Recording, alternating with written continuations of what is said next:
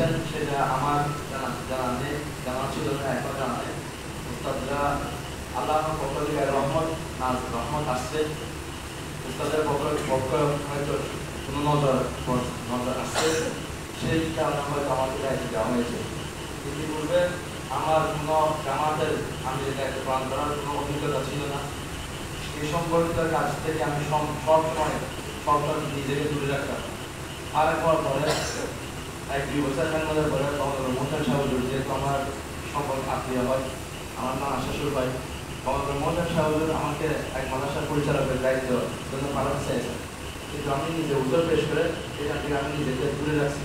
কারণ দায়িত্ব এটা কোনো মাদ্রাসার দায়িত্ব, কোনো প্রতিষ্ঠানের দায়িত্ব খুব জরুরি বিষয়। অন্যভাবে জামাতে আমি দায়িত্ব খুব জরুরি বিষয়। তুমি তো দুর্বল, তুমি কোনো সময় কোনো দায়িত্ব নিও না। আমি নিজেকে সেরকম মনে করি, তবু সরকার যেহেতু দায়িত্ব দিয়ে দিয়েছেন, তখন আমি দায়িত্ব নিয়ে নিয়েছি।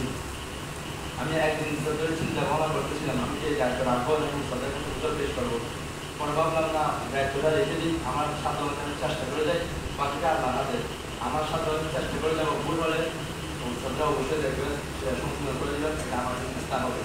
সেই হিসাবে আমি এই যতটুকু সম্ভব আমি এই নসিহত, এই হাদিসকে সামনে রেখে, এটা নসিহত কল্যাণকামিতা, এই উসুলকে সামনে রেখে ছাত্রদের প্রতি, ছাত্র ভাইদের প্রতি, মুআল্লিম ভাইদের প্রতি কল্যাণকামিতা, উস্তাদের প্রতি কল্যাণকামিতা, মাদ্রাসার প্রতি কল্যাণকামিতা, এগুলোকে নজর রেখে আমি আমার দায়িত্ব পালন করার চেষ্টা করেছি।